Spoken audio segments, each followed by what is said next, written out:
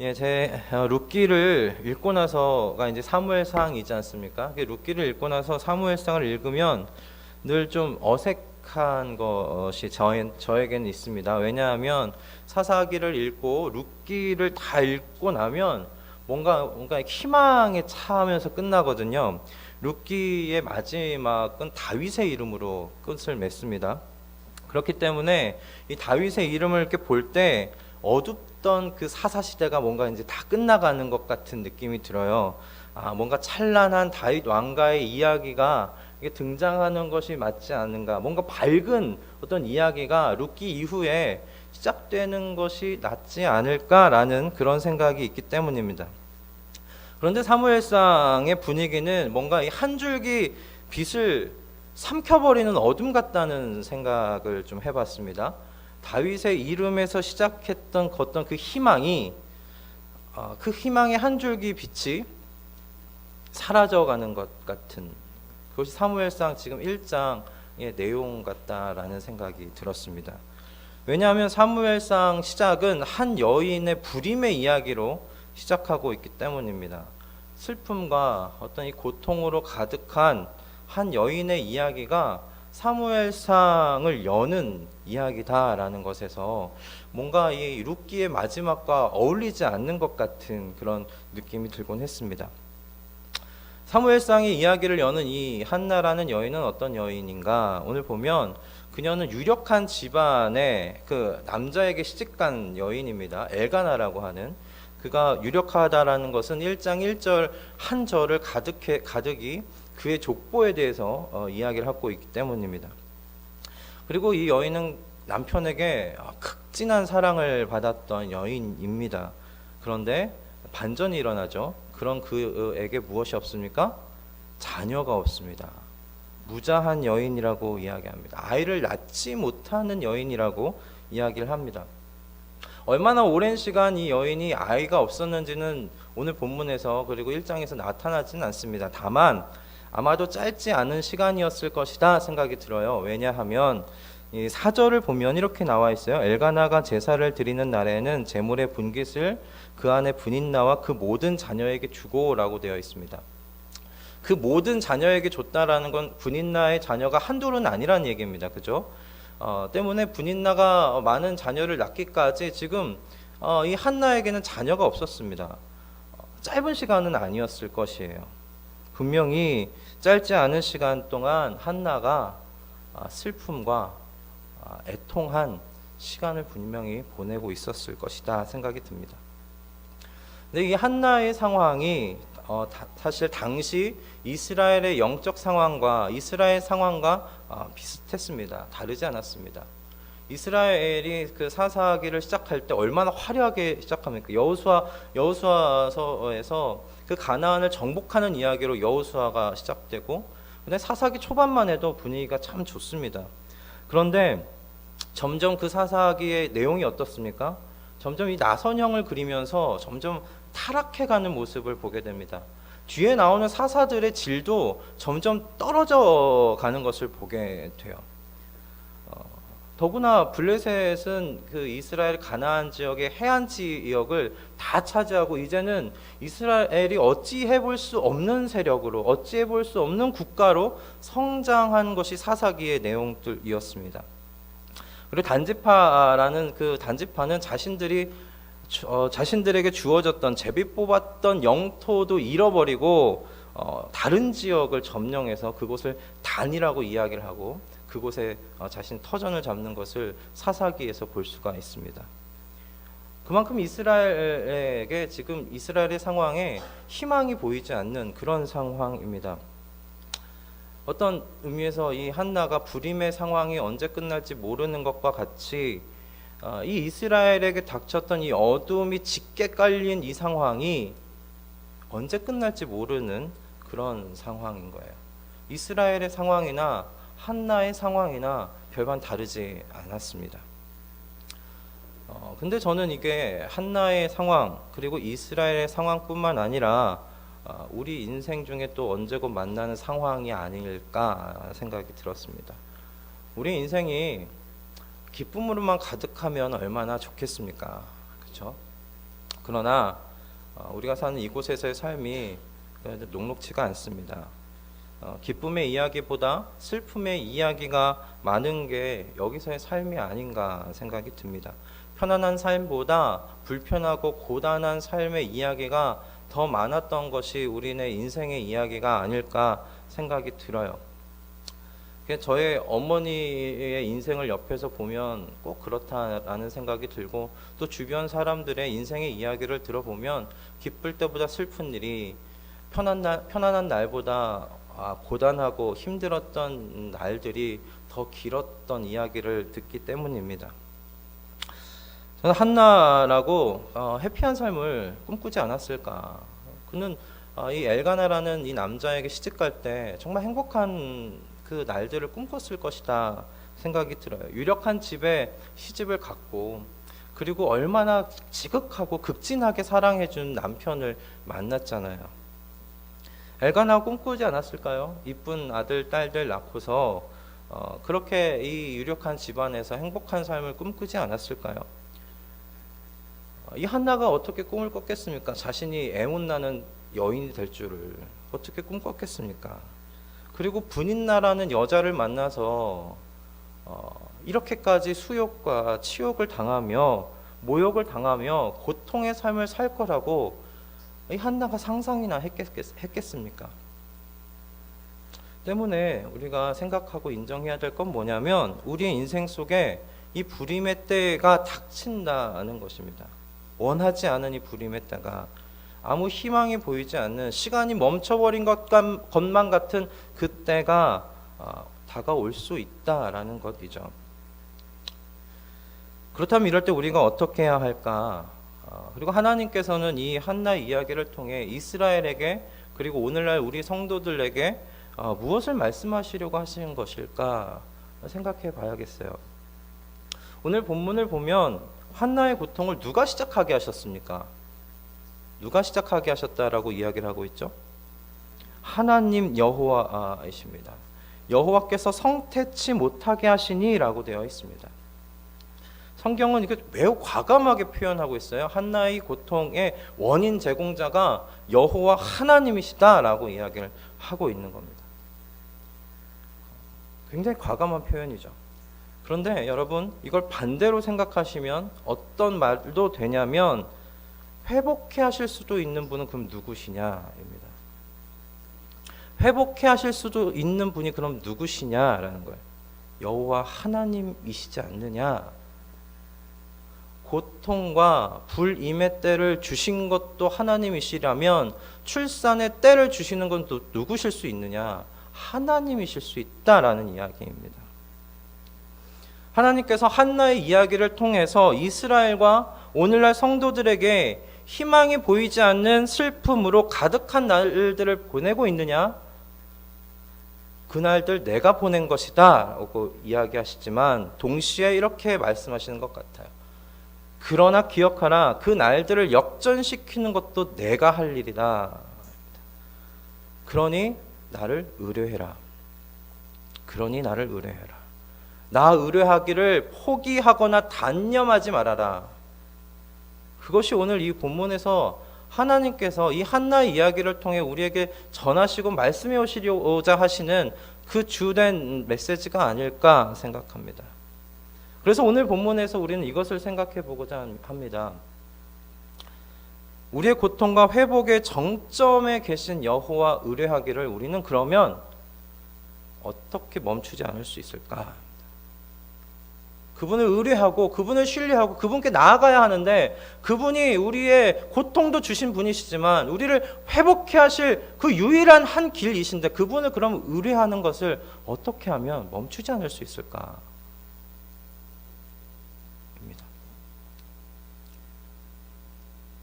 첫 번째 우리가 생각해야 할 것은 무엇이냐면, 슬플 때나 기쁠 때나 언제나 하나님의 주권을 기억해야 한다는 겁니다. 슬플 때나 기쁠 때나 언제나 하나님의 주권을 기억해야 한다. 오늘 본문 5절 하반절하고요 6절 상반절에 보시면 한나의 불임의 원인이 여호와께 있다라고 분명히 이야기합니다. 그것도 두 번이나 연속적으로 이야기를 합니다. 그렇죠? 그러나 여호와께서 그로 성태치 못하게 하시니 6절 여호와께서 그로 성태치 못하게 하심으로 연이어서 이야기합니다. 그 이야기는 뭡니까? 강조하는 것이죠. 이 고통, 이 한나의 슬픔, 이 한나의 불임, 여호와가 원인 제공자다라고 이야기하시는 거예요. 한나의 고난의 출처가 여호와 하나님이시다라고 이야기하는 겁니다. 여러분, 하나님의 주권을 기억해야 할 때는 좋을 때뿐만이 아닙니다. 슬프고 좋지 않을 때도 포함되는 것입니다. 슬픔과 애통과 고난의 현장에서 하나님의 주권을 기억해야 한다는 것이에요. 하나님의 주권을 기억해야 하는 이유가 그렇게 하면 나의 슬픔과 나의 고통과 나의 애통의 그 이유를 알 수 있기 때문이 아니라 오히려 내가 고통받는 이유를 알 수 없을 때가 사실은 더 많지 않습니까? 사실 이 한나가 받는 이 고통의 이유도 한나는 왜 내가 이렇게 애를 못 낳는 이 고통을 당해야 하는지 이유를 도대체 사실 알 수가 없었습니다. 그녀가 받는 고통을 보면 그 의인이 받는 고통 같아요. 고난 같아요.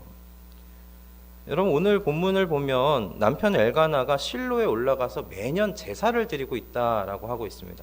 근데 여러분, 이 매년 제사를 드리는 게 그 유대인 남자들이 1년에 3번씩 3대 절기라고 있지 않습니까? 3번 꼭 여호와께 제사를 드려야 하는 의무적인 제사를 드린 게 아니라 매해 가정의 제사를 드린 거예요. 매해 가정의 제사를 드린 것을 우리가 볼 수 있어요. 그가 드린 이 제사는 그래서 자발적인 제사였어요. 자발적인 제사. 의무가 아닌 사실 가족 중심의 화목제를 드린 것이 지금 엘가나가 드린 제사입니다. 여러분, 이 때가 어느 때라고 사사기가 이야기합니까? 왕이 없어서 사람들이 자신의 소견에 옳은 대로 행하였던 때입니다. 그죠? 그리고 오늘 이 본문 말씀의 3절을 보면 엘리의 두 아들 홈니와 비느하스가 여호와의 제사장으로 거기 있었더라라고 이 홈니와 비느하스의 이름을 넣고 있습니다. 당시 홈니와 비느하스가 얼마나 하나님의 율례와 율법을 어기면서 이 제사장의 직분을 행했는지 뒤편에 들어가면 이제 볼 수가 있는데, 제사장이라는 이 사람들은 하나님의 율례와 율법을 어기며 밥 먹듯이 어기면서 사는데, 오히려 한 성도가 하나님께서 주신 그 3대 절기 외에도 가정의 제사를 드리고 있는 것을 보게 되는 것이죠. 어두운 시절에 빛나는 경건의 사람이 이 엘가나이었습니다. 그리고 한나도 엘가나를 따라서 이 제사를 드리기 위해서 함께 올라간 것을 보게 됩니다. 그런데 이 가정에 아픔이 있는 거예요. 이 가정에 이 아픔에 주신 이 아픔의 이유를 우리가 어떻게 이해할 수 있겠습니까? 그들도 몰랐을 것입니다. 여러분, 고통의 이유를 안다고 해결되지 않는 것 같습니다. 고통은 고통의 이유를 이해하는 것으로 극복되지 않습니다. 오늘 본문을 보면 묵상하면서 그런 생각이 들더라고요. 고통을 주신 그 하나님께서 회복도 주실 것을 믿을 때 고통이 회복되는 거구나, 고통을 극복할 수 있는 것이구나 생각하게 되었어요. 고통을 주신 하나님께서 회복도 주실 것을 믿을 때 이 고통이 극복되는 것이지, 고통의 이유를 찾고 안다고 해서 고통이 극복되는 것이 아니라는 것입니다. 오늘날 우리는 한나가 처한 처지보다는 훨씬 낫다 생각이 들어요. 오늘날 저와 여러분은 한나가 보지 못한 것을 보고 있는 사람들이기 때문입니다. 로마서 5장 8절은 이렇게 이야기를 합니다. 우리가 아직 죄인 되었을 때 그리스도께서 우리를 위하여 죽으심으로 말미암아 하나님께서 우리에게 대한 자기의 사랑을 확증하셨느니라 라고 이야기합니다.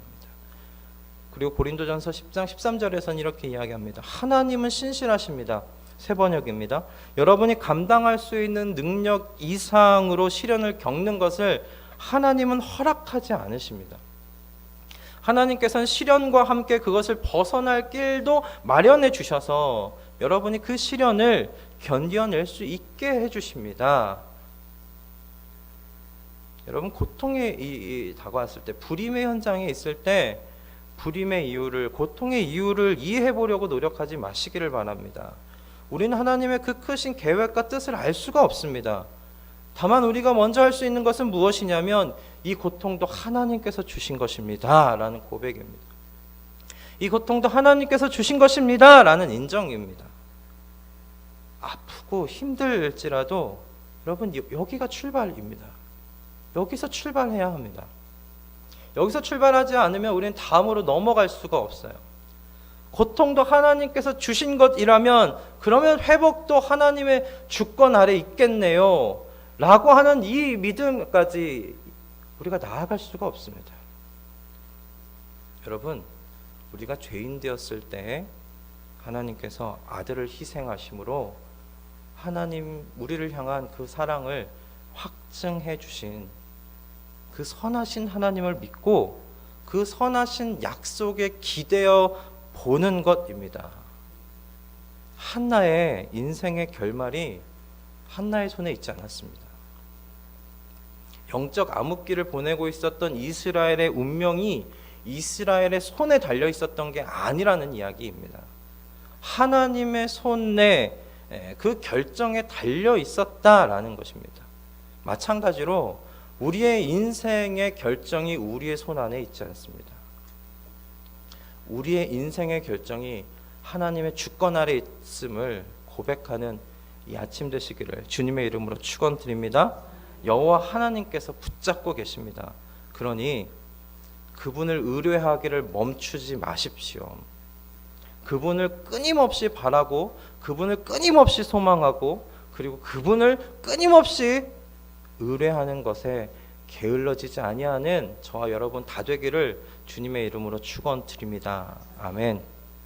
두 번째로 하나님을 의뢰하기를 우리가 게을리하지 않기 위해서, 멈추지 않기 위해서 필요한 것이 무엇인가?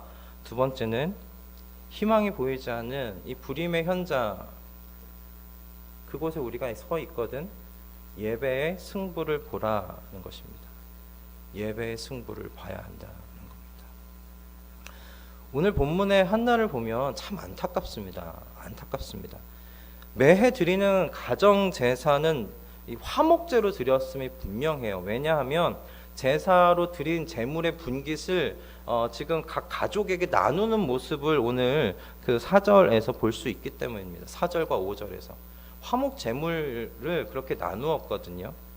여러분, 그렇게 화목 제물이 나뉘는 화목제의 그 순간은, 가정의 제사로 드리는 그 순간은 사실 가족 간의 기쁨이 충만해야 되는 자리입니다.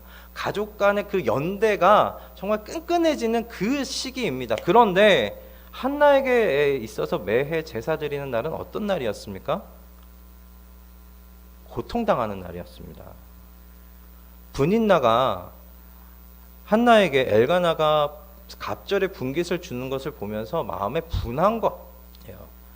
그래서 그 매해 제사를 드리는 화목제가 이루어지는 가정의 제사가 드려질 때마다 이 분인나가 한나의 마음을 긁는 겁니다. 그의 마음을 격동시킵니다.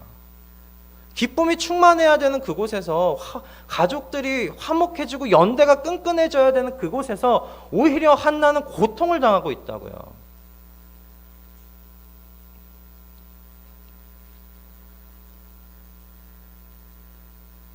그래서 이 본문에서 중요한 포인트는 뭐냐면 이 분인나의 괴롭힘이 예배의 현장에서 지금 일어나고 있다는 겁니다. 그것도 7절에서와 같이 매해입니다. 매해. 이것이 몇 년간 이루어졌는지 모릅니다. 그런데 매해입니다. 그런데 재밌는 것은 한나가 그러면 한 해 정도는 걸을 수도 있잖아요. 절기라는 것이, 제사라는 것이 당시에 여자는 굳이 갈 필요가 없었습니다. 남편이 갔으면 돼요. 3대 절기도 남자만 가면 되는 것이었고, 이 가족의 제사지만 여자는 굳이 가지 않아도 됐습니다. 그런데 한나가 가면 뻔히 아프고 힘들 걸 알면서, 매해 당하는 거면 내년에도 가면 분인나가 어떻게 할지 알지 않겠습니까? 내 마음을 어떻게 긁을지 알지 않겠습니까? 어떻게 이 마음을 격동시킬지 알지 않겠습니까? 그런데 한나가 가는 겁니다. 매 남편을 따라서 제사를 드리는 그 현장으로. 6절에선 분인날을 대적이라고 얘기합니다. 적수라고도 표현을 하더라고요. 여러분, 예배 현장에 나의 대적과 적수가 있습니다. 그럼에도 불구하고 한나가 지금 예배를 포기합니까? 포기하지 않습니까? 포기하지 않습니다. 매해 엘가나를 따라서 제사를 드리는 그 장소로 올라가는 것을 봅니다. 저는 한나의 이 모습을 묵상하면서 그런 생각이 들었습니다. 아, 그녀가 예배 현장에서 승부를 보고 있구나 생각이 들었어요. 고통도 하나님의 주권으로 인정해야 되는 부분이 이유가 여기에 있습니다. 고통도 하나님의 주권이라면 회복도 하나님의 주권 아래에 있습니다. 불임이 하나님의 주권이라면 출산도 하나님의 주권 아래에 있습니다. 그러므로 예배에서 승부 볼 수 있는 것이죠.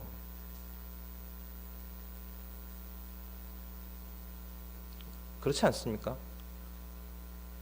이 모든 것이 하나님의 주권 아래에 있는 것이라면 예배에서 우리가 승부 볼 수 있다 생각합니다. 그런데 여기서 승부를 본다는 의미를 오해하지 않으셨으면 좋겠어요. 여기서 승부를 본다는 것은 내가 하나님의 뜻을 꺾고 내 뜻을 관철시킨다는 의미가 아닙니다. 오히려 사실 그 반대입니다. 예배는 내 뜻이 꺾이고 하나님의 뜻이 내 안에 관철된다는 것이에요. 하나님의 계획이 내 마음에 밀려 들어오는 시간이 예배입니다.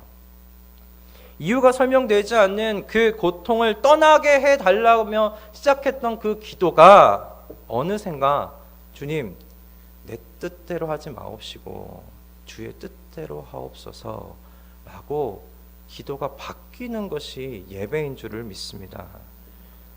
고통의 현장에서 그 고통만 바라보던 내 시선이 십자가 위에 나를 향하신 자신의 사랑을 확증하신 하나님께로 내 시선이 옮겨가게 되는 것이 예배인 줄을 믿습니다.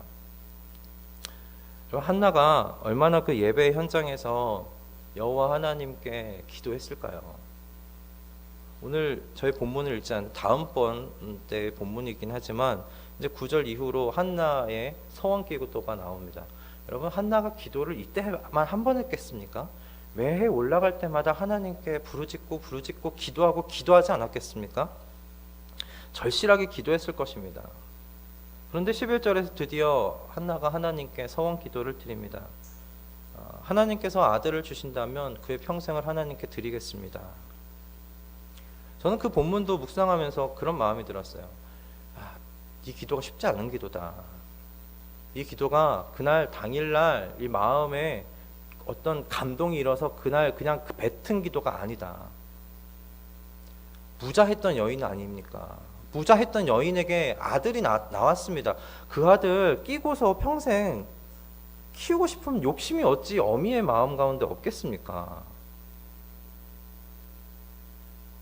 한나가 아들을 평생 하나님께 바친다는 이 기도는 그 10년 가운데 끊임없는 갈등 가운데 나온 것이라 생각이 들어요. 영영 자신의 품에서 떨어뜨려야 된다 생각하면 한나의 마음에 얼마나 슬픔과 갈등이 넘치도록 있었겠습니까? 그런데 이제 한나가 그 마음을 내려놓는 것 같아요. 자신에게 주시는 첫 아들을 키우겠다는 그 마음을 내려놓는 것 같다 생각합니다. 하나님께 이 아이의 평생을 드리기를 원합니다. 사실 이것이 하나님의 마음에 계셨던 계획이었는지 우리는 정확하게는 알 수는 없습니다. 그러나 하나님께서 한나의 그 첫 아들을 어떻게 사용하십니까? 이스라엘의 마지막 사사로 사용하시는 것을 보게 됩니다. 그를 통해서 이스라엘의 영적 각성을 일으키는 운동을 시작하게 하시는 것을 보게 됩니다. 그저 부족 국가였던 이 이스라엘을 이제는 왕정 국가로 이끌어가는 이스라엘의 리더로 사용하시는 것을 우리는 뒤편에서 확인할 수 있습니다. 예배에서 승부를 보려 하지 않는다면 우리는 고통의 현장에서 여호와 의뢰하기를 멈출 수 있을 것 같아요. 예배의 현장에서 내 뜻이 꺾이고 그래서 하나님의 뜻이 사실 그래서 밀려 들어와야 하는 것 아닌가 생각합니다. 마음을 굳게 잡고 여러분 예배의 현장에서 승부를 보시는 저와 여러분 되기를 주님의 이름으로 축원드립니다. 내 뜻대로 하지 마옵시고 오직 주의 뜻대로 하옵소서 라는 그런 기도가 나올 때까지 이 예배에서 승부를 보는 저와 여러분 되기를 주님의 이름으로 축원드립니다. 내 뜻이 관철되는 것이 아니라 하나님의 뜻이 내 마음 가운데 설득되어지고 내 마음 가운데 담길 때까지 그때까지 예배의 승부를 보는 저와 여러분 되기를 정말 진심으로 바라고 또 바라겠습니다. 저나 여러분이나 각자의 삶 속에 한나의 불임과 같은 상황 분명히 다 있습니다. 한나가 적수와 대적이 있는 예배의 현장이었지만 분인나라는 대적이 있는 예배의 현장이었지만 그 예배의 현장을 포기하지 않은 것처럼 저와 여러분도 그 예배의 현장을 포기하지 않기를 주님의 이름으로 축원드립니다. 말씀을 정리하고자 합니다. 오늘 이 본문은 그 한나의 불임에 대한 이야기입니다. 이 불임은 당시 어떤 희망도 보이지 않았던 이스라엘의 상황과도 같았습니다. 그리고 오늘날 희망이 보이지 않는 그리고 고통의 순간 속에 있는 성도들의 이야기이기도 합니다. 그런데 오늘 성경이 과감하게 말하는 것은 이 고통, 이 불임이 여호와 하나님으로 말미암았다라는 것이에요. 그래서 오늘 나누는 것이 그것입니다. 그래서 거기에 희망이 있다. 고통을 주신 분도 하나님이시기에 회복을 주실 분도 하나님이시다. 그러므로 슬플 때나 기쁠 때나 여호와를 향하여 소망을 붙들 수 있는 것 아니겠는가? 라는 것이 오늘의 본문이 이야기하는 말을 걸어오는 주제라 생각합니다. 그러므로 여호와 의뢰하기를 멈추지 마시는 여러분 다 되기를 주님의 이름으로 축원드립니다. 그러기 위해서 우리가 두 가지 생각한 것입니다. 슬플 때나 기쁠 때나 하나님의 주권을 기억하자. 하나님의 주권을 인정하자. 그리고 두 번째는 예배에서 승부를 보아야 한다.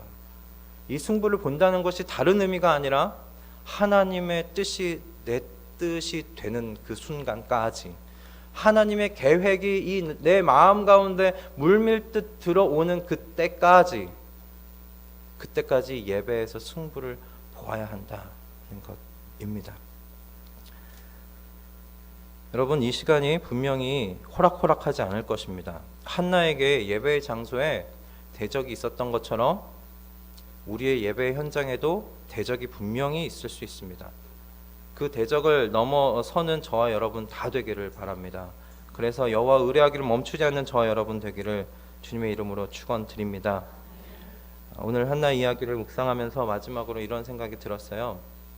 고통의 앞자락에서 모든 것을 판단하려 하지는 말자. 고통의 앞자락에서 모든 것을 판단하려 하지는 말자. 뒤편에 밀려오는 하나님의 은혜가 더 크다. 고통의 크기보다 더 크다입니다. 한나가 겪었던 그 고통의 앞자락보다 사무엘을 통해서 누렸을 하나님의 은혜가 한나의 인생 속에 더 컸을 것입니다. 고통의 앞자락에서 고통의 시선을 고정하기보다 뒤편에서 밀려오는 그 하나님의 크신 은혜의 시선을 고정하는 우리 모두가 되기를 주님의 이름으로 바랍니다. 기도하겠습니다.